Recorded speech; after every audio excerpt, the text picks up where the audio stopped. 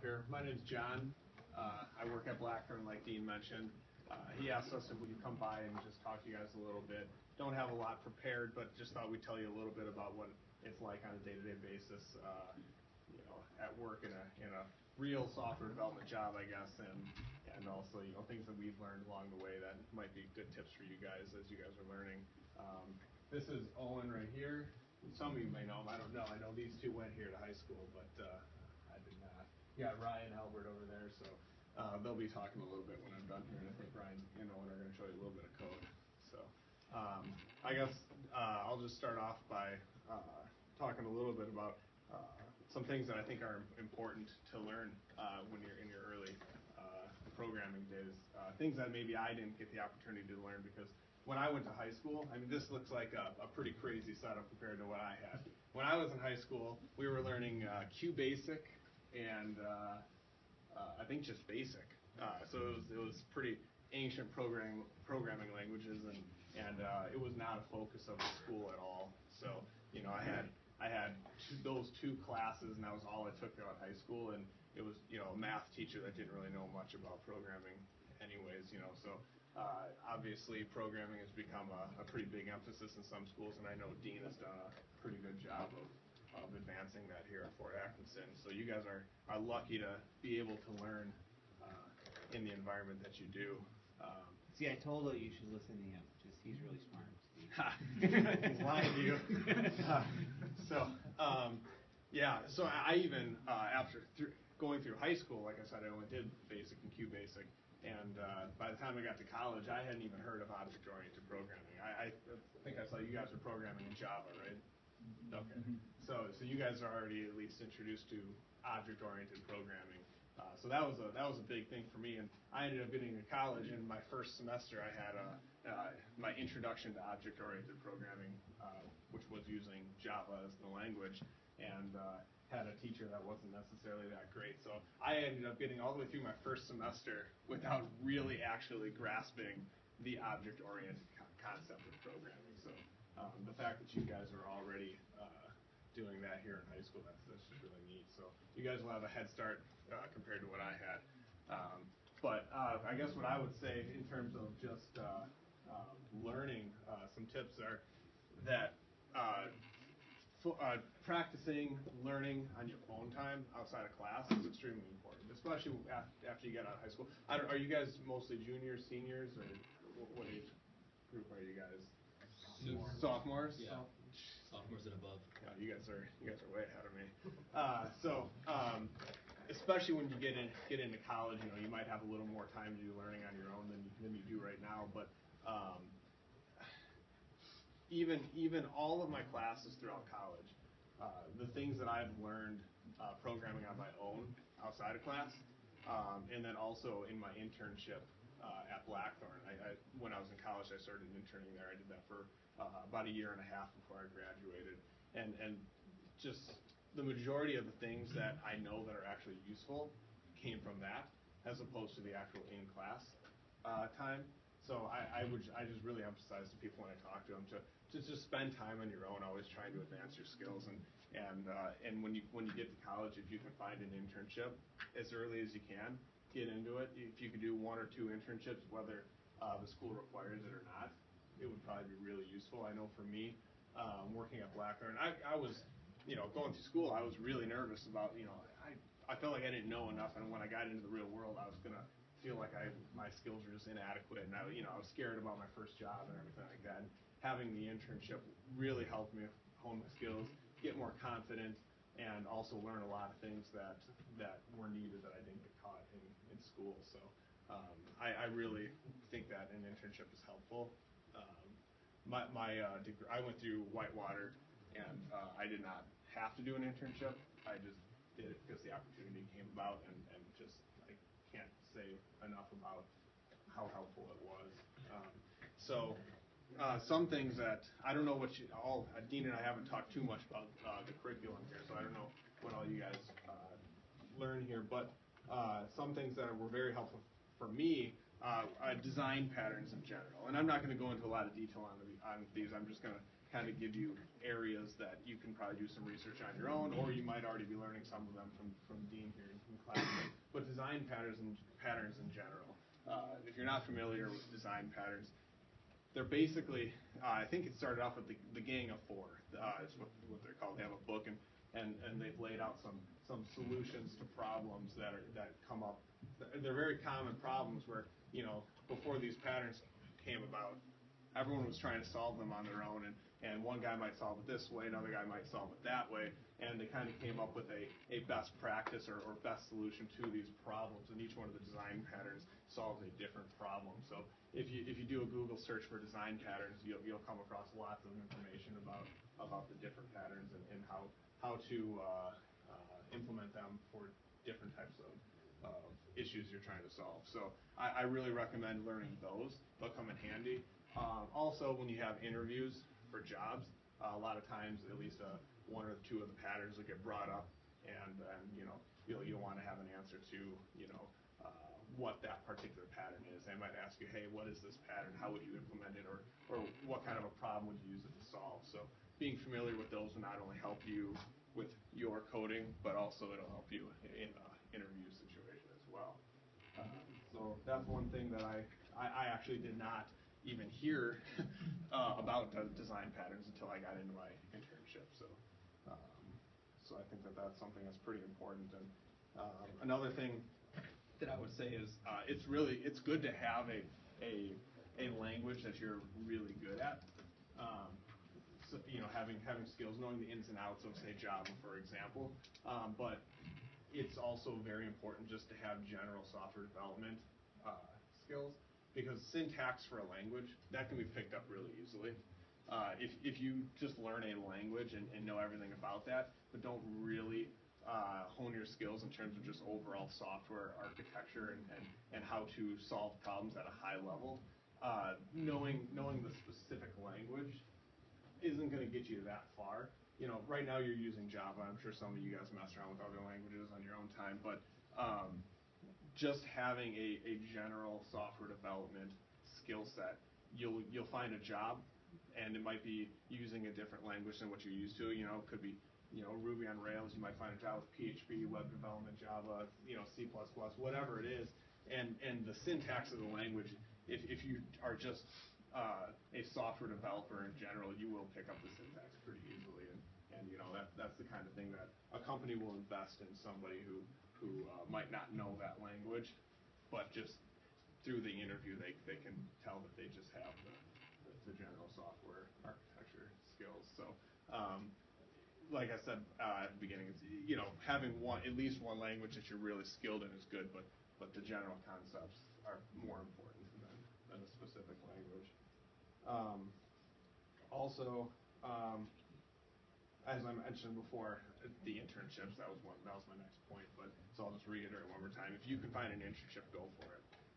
And also finding friends, coworkers, dean, your teacher, anyone who might be more skilled than you at programming, and using them as a resource. Finding a mentor, that's a very good thing. I have a coworker, Brian is his name, and he's a more skilled developer than I am, and I use him constantly as a resource. If I have a problem and I can't find a solution to it, he's always got a solution. So I use him as a resource constantly, and it's really helped me to grow as a developer, because when I don't know the answer, or if I think I've got a good solution, I can run it by him, and he'll just throw it in the trash and tell me how stupid I am. It helps me to grow, because then he tells me why it's stupid and helps me to find a better solution. So having other people as resources that you can go to for advice would be really helpful. These two can attest to it, because Brian has made them cry once or twice.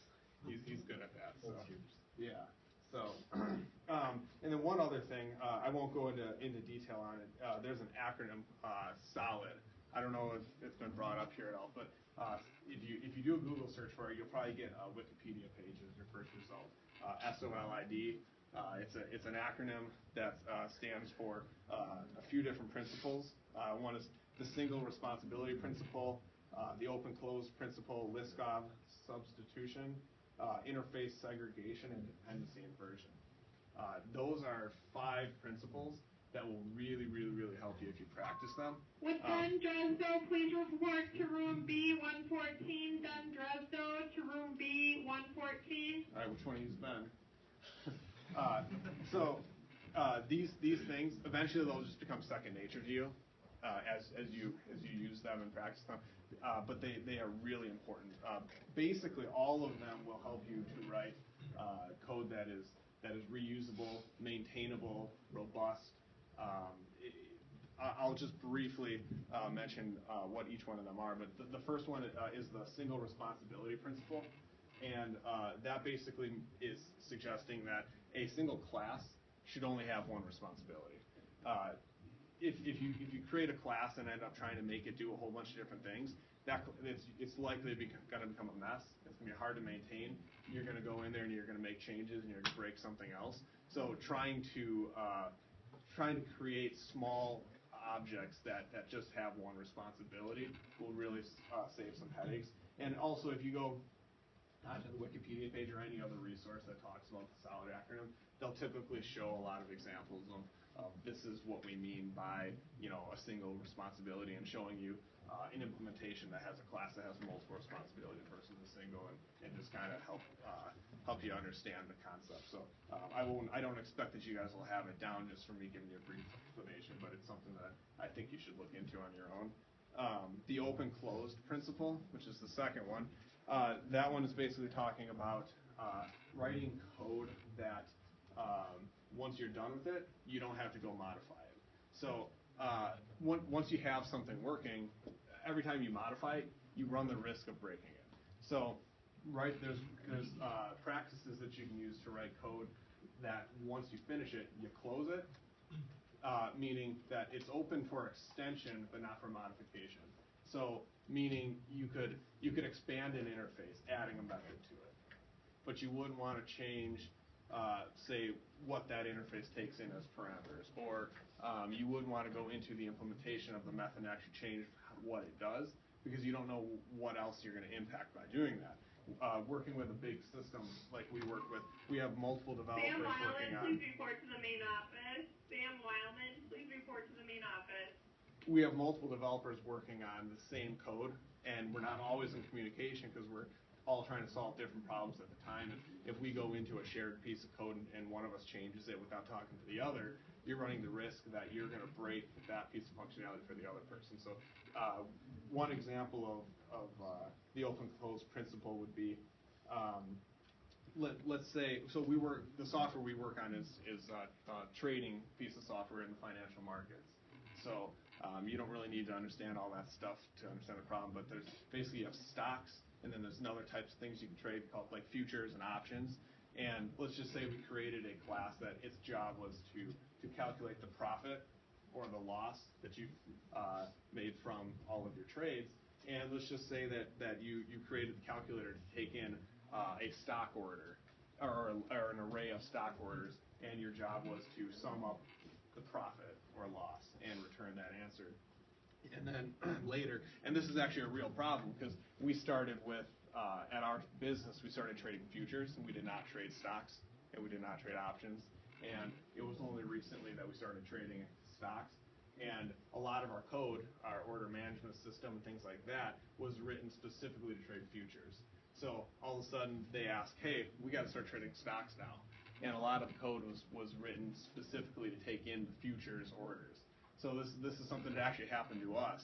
So that profit and loss calculator class, had we created an interface, say just called order, and the stock order and the futures order and the option order all implemented that, so they followed the same contract, the calculator could take in an array of order instead of the stock order like it did. And then later on, when we had other types of orders, that same piece of code would be able to handle the new order types without being modified. So then that would then follow the open-close principle, where the same piece of code we originally wrote was able to work with the new code that we added in later without any modification. So that's an example of the second principle. The list-off substitution principle, basically that just means that a subclass should be replaceable by its parent. So if you, at the core, what that means is that you shouldn't be violating the contract of an interface or an abstraction. So if you have an abstract class or an interface or even just an object that you end up extending, you don't want to violate the API, the documentation, the purpose of the parent method that you're extending or modifying. You don't want to break that contract, because if you do, then you can't say, okay, you have a class that takes in the order interface, like we mentioned in the previous principle. You couldn't swap out a different order type and throw it in there, because if you violate that, then you're not necessarily going to have the same type of execution. So anyway, you end up having a subclass that cannot be exchanged for the parent, and that can easily lead to problems, because somebody might come along and say, hey, here I have a subclass of this, so I should be able to throw it in there, because the general idea is that a subclass should be replaceable by its parent or another subclass, and you end up breaking that. That leads to either you forgetting that you broke that contract, somebody else is not familiar with it coming in and using it expecting that it's not going to break that contract. It can easily lead to problems, and probably in any industry you guys get into, but especially the one we're working in right now, we're talking about lots of money that's being used to trade, and if we make a mistake, we theoretically could end up losing the company a lot of money. So it's really important that we don't make mistakes like that, because, well, that makes it into production. It can be a pretty big mess up. The next principle is interface segregation. Basically, the idea here is that you would prefer to have many smaller interfaces as opposed to one large interface, because you wouldn't want, let's just say you have shapes or something like that. Yeah, you have a circle, a square, a sphere, a cube, things like that, and you have a get area method in there. That's fine. You got that interface, and all of them can give you their area. But you add on, say, get volume, and not all of them would have a volume.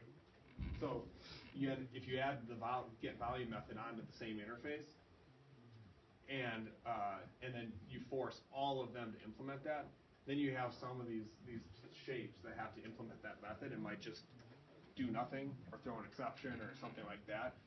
But you don't want, this idea is that you don't want to force anything to implement methods that they don't need. So you would be better off implementing two separate interfaces that the ones that have volume could also implement, but the ones that don't would not implement. So basically, the interface segregation principle is basically just kind of suggesting that you should have many smaller interfaces with specific purposes as opposed to just one general large interface. I'm not sure how familiar you guys are with interfaces. Have you guys gone over that? We're like 1 week away from doing it. Okay, so this will make a lot more sense to you, I think, in a week when you get there. So I would just recommend reading over the SOLID acronym again as you guys start learning about interfaces, because a lot of these principles require the use of interfaces or abstractions, abstract classes.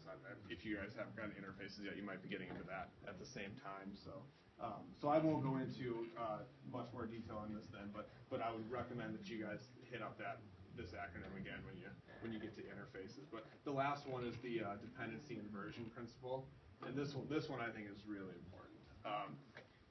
We've run into a lot of problems at work with if a developer doesn't follow this principle. Basically, what that means is if you create a class that needs something, the thing it needs should be given to it instead of that class going to get it. So basically, you would, in your constructor of the class, you would take in anything it needs as opposed to going to grab it. And an example of that might be if you have a class that works with a database, and you write the code that connects to the database right within the class that's using it. One thing about that is, well, that it's not reusable. If it's right within that class, it's not you can't share that same database connection logic with other classes. But also, let's now say I don't know if you guys have used unit tests at all yet, but if you're trying to test your code, you then are trying to write a test that on this code, and that talks to your database. Now, in this particular situation, if we're talking about our databases at work, you're talking about production databases that have real orders for the financial markets in it. And I try to write a test for that. It's going to actually hit up the real production database. So if you're testing, you know, your CRUD, your create, read, update, or delete methods that perform those different operations on the database, then every time you run a unit test, you're modifying records that should not be touched because you need that for accounting reasons, but also you can mess with a lot of things if you're touching that database in a unit test. So you wouldn't want to be touching that. So in this case, because we wrote the database logic right within there, we can no longer test that code. So what you want to do instead is you'd want to have a class whose responsibility, following the single responsibility principle, which was the first one, you want to write a class that has the database connection logic in it and the logic that communicates with the database for the create, read, update, delete operations. And you'd want to pass that in to this class so that when you write your unit test, you could create a different implementation of the interface. So you'll learn more about interfaces, it sounds like, in a week, and this will make a lot more sense. So I would just really recommend reading through that principle and so some of the design patterns as you guys go forward here, and it really will improve your code. I can't tell you how much code I wrote that just had to be thrown away, you know, just because I didn't follow these things. And code that doesn't follow that ends up, like I said, not being reusable. Ends up not being robust, ends up being buggy. You can't test it, and if you can't test the code, you know, how do you know it breaks? Another thing about testing code, unit tests are very important, and I'm not sure if you'll touch on that at any point in this class, but unit tests are, a lot of times you might write code and you think, why do I need to test it? I know it's working right. But one of the things that makes unit tests really helpful is that later on you come by and let's just say you have to modify that code, or you modify some other code that's used by the code you're trying to test. You can just run the unit tests with the click of one button, and they'll all tell you whether they pass or fail. And provided you wrote good unit tests, a pass should mean that you know for sure that code is still working. Otherwise, you make a change and it either goes undetected, or you make a change you got to manually check to make sure it's right again. So writing the unit test can really help you quickly test the code initially for accuracy, but also later on when you're making changes, you don't have to worry as much about other things that change you made might affect, because if you just run the unit test, they'll all run pass or fail, and if you see a fail, then you know where you got to start looking for a problem. So those would just be my suggestions. Some of those things you might not be quite there yet, like on the interfaces and things like that. But getting into my first programming job, you know, it was those were all things that I was not aware of, did not practice, and you know, had to learn the hard way on a lot of those. So if you guys made it to your first jobs, being experts in those areas with the design patterns, with just the general practice of the principles that acronym talks about, you guys will be you will impress your junior developer interviewers, you know, because you'll be starting out looking for a junior developer job, and if you guys are experts in those areas, I think they'll be really impressed. So that would be my advice to you guys, and I think Owen and Ryan are either going to say something or show some code to you, so I'll let them take over. Yeah. And we'll take questions afterwards if you guys have any. Yeah. All right. Well, my name's Owen. Like John said, we'll be kind of brief. I think John said a lot of things.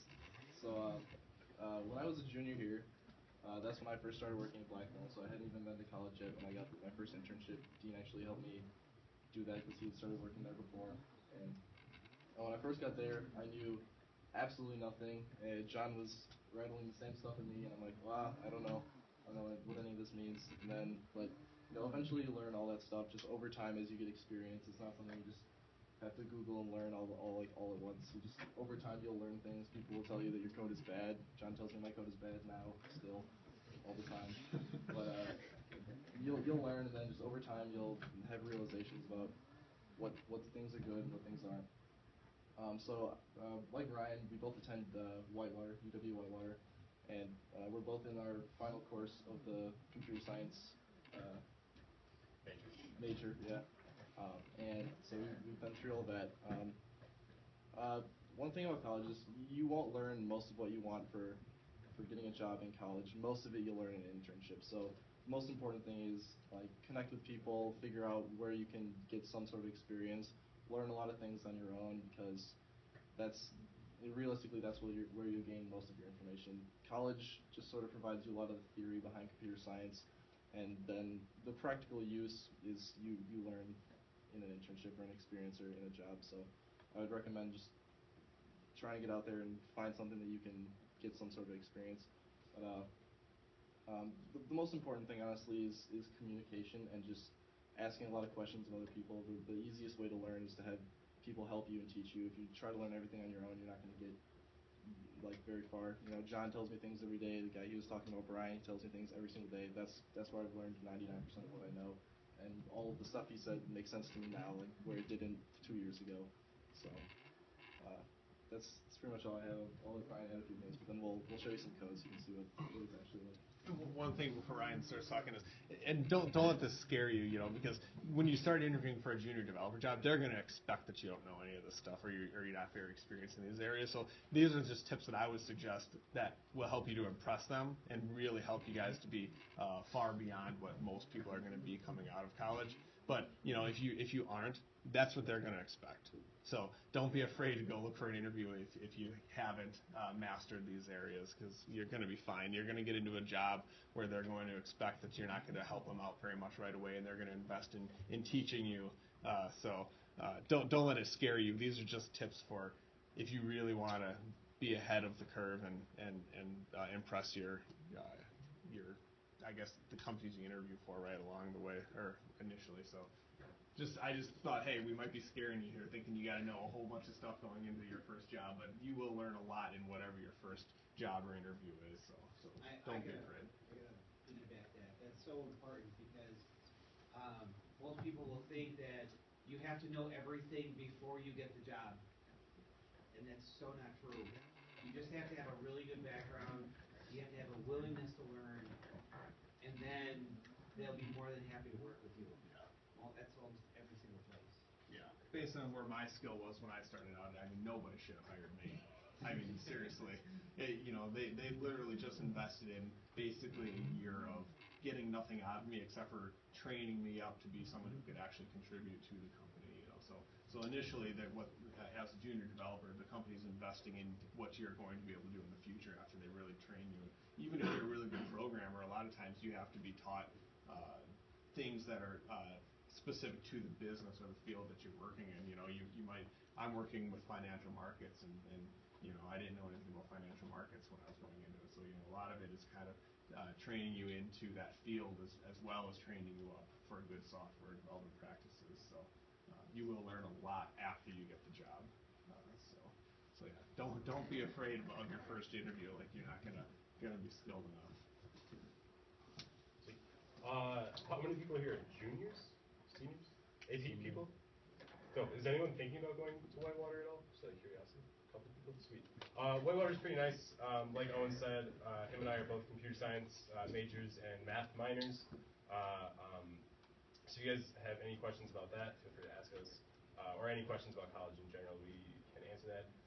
But yeah, so I was in Owen's class, graduated from this high school, took Dean's AP Comp Sci class, and I think the way Dean teaches computer science, that AP computer science class, that class itself will probably help you breeze through first 2 or 3 semesters of Comp Sci classes. It does a very good job preparing you.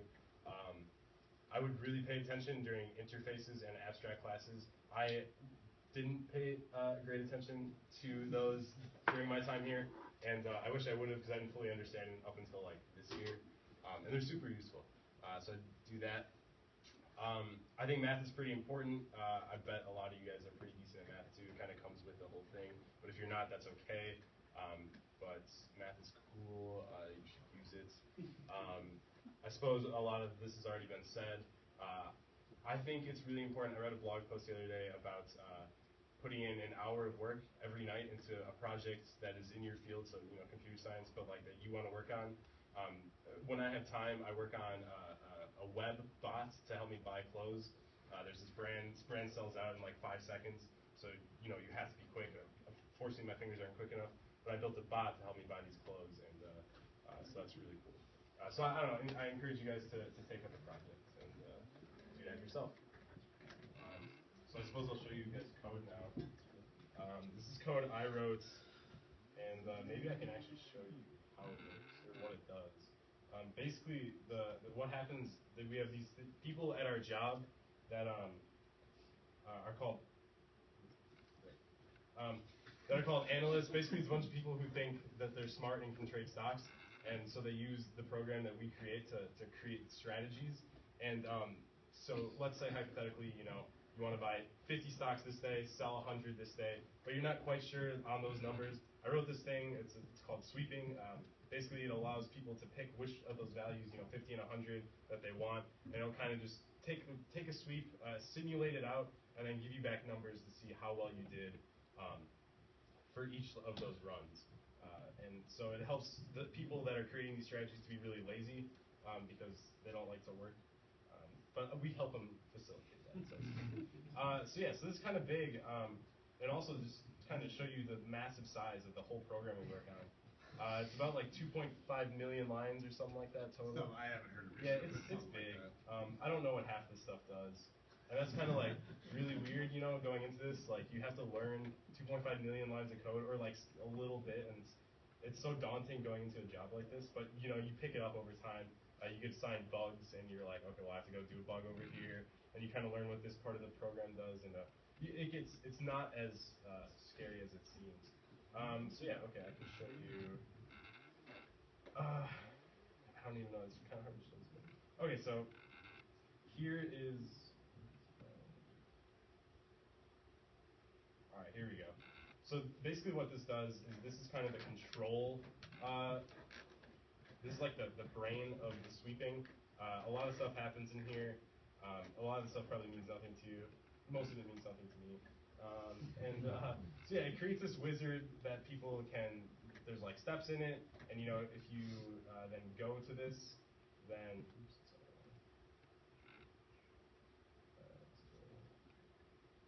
I created this wizard, and then this wizard has a bunch of pages, and we could go to each one of the pages. Basically, this is just really deep, and we could just keep going down this rabbit hole until we get to a spot. And all this does is this whole class right here is just a bunch of checkboxes, So it's important that each class, like John was saying, just does one specific thing. You kind of just keep giving it to the next part to build onto. And then got some file saving stuff going on here. Yeah, it's important. This is kind of a bad example. You should put a lot of comments in your code. I have more than I usually do, but probably not enough.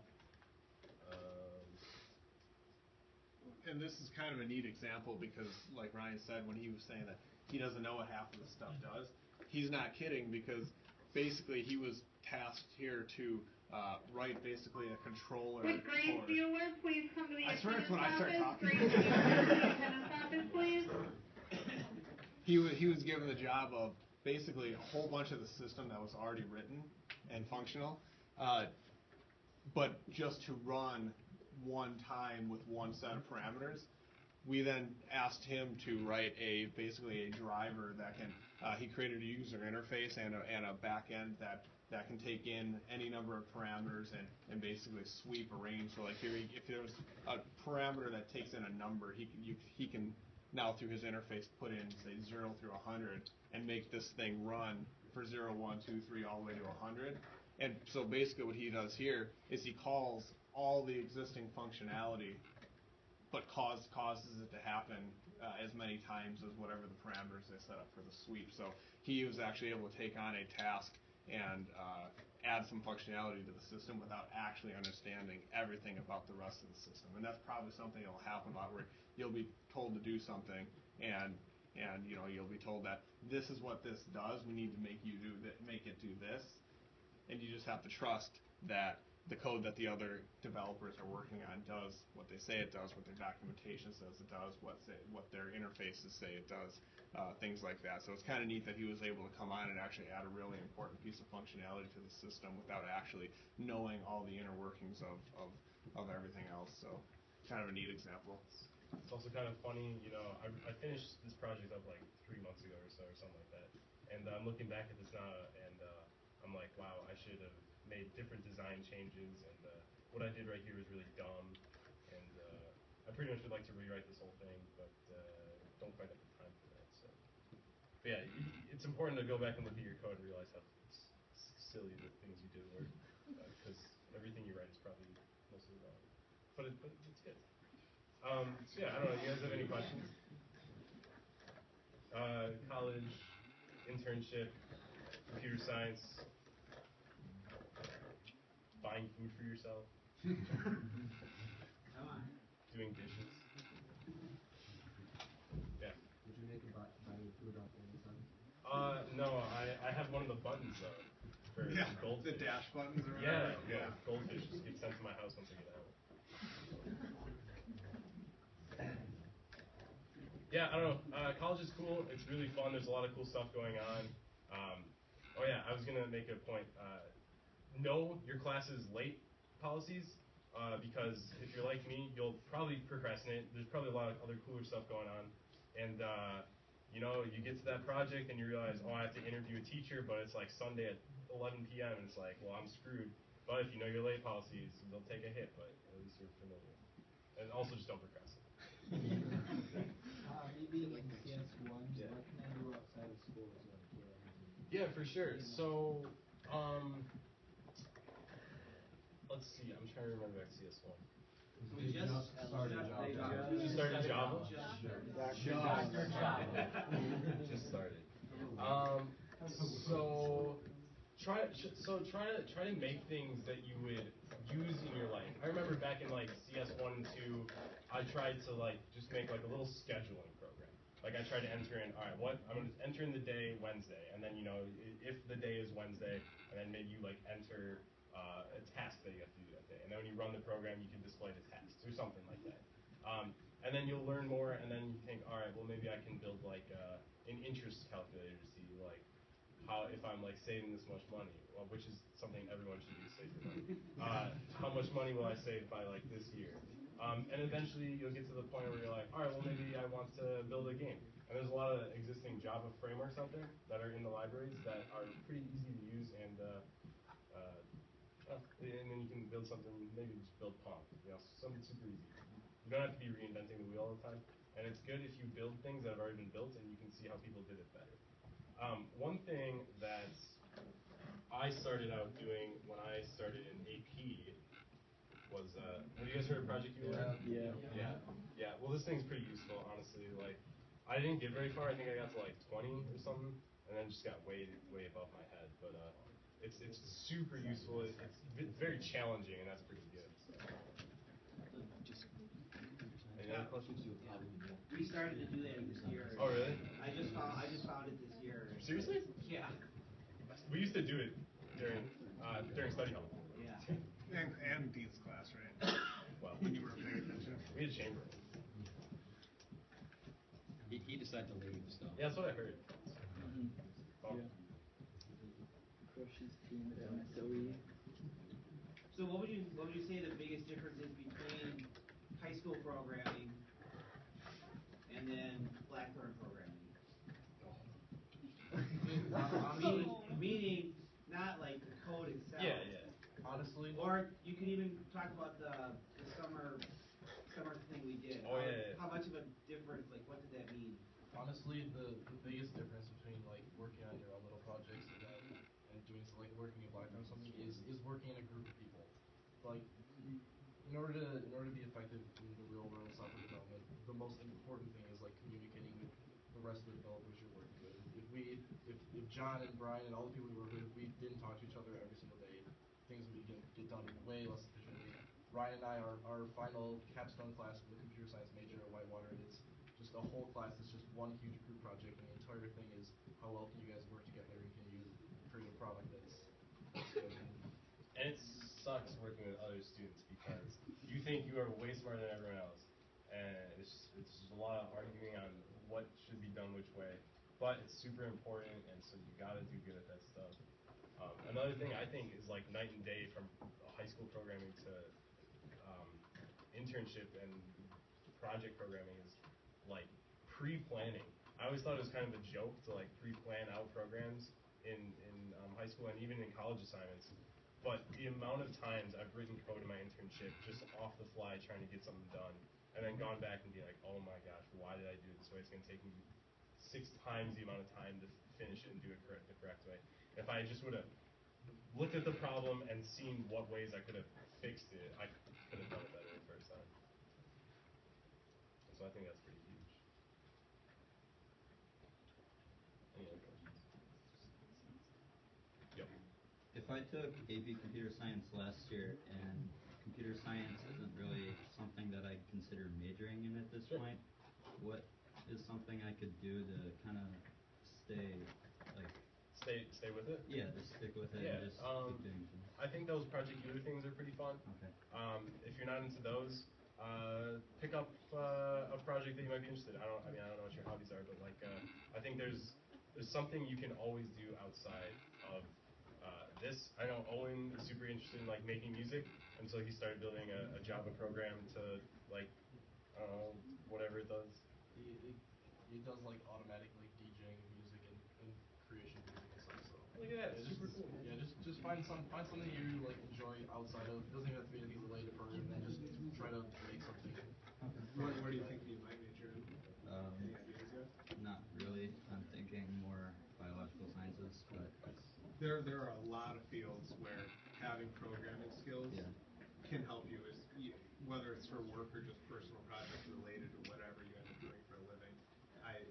There are a lot of people in the fields other than computer science that pick up computer science on their own, especially in the math area, but even like finance and other areas like that, where it can just having those skills really comes in handy for other things than being a software developer. This is kind of going off of Nolan's question, but what if you're stuck and you're on your own? Where do you go? Online tutorials. And you guys have any favorite places that you go? I mean, Stack Overflow. Stack Overflow is a classic. A lot of the times, I'll get to an issue that you can't find on the internet, and that's when you go to other people who are smarter than you, or you bash your head against it until you get something that works. You know, just get used to the fact that when you have a problem, sometimes no matter how much Googling you do, you're not going to find the answer. And if you find an answer from like 2006, it's probably wrong. But also just being a good Googler, because there are a lot of different ways you can search for something. And actually searching Google to find the answer you're looking for is a skill in and of itself. So getting better at just learning what types of things to search for and thinking differently about the problem you're trying to solve to maybe think about a way to find the answer a little bit differently. Because there's been times where I've spent even an hour looking for an answer on Google where it's like, eventually I came up with a search phrase that brought me to some kind of a blog or a tutorial to help me solve the problem, but that can be a skill in and of itself. Any other questions?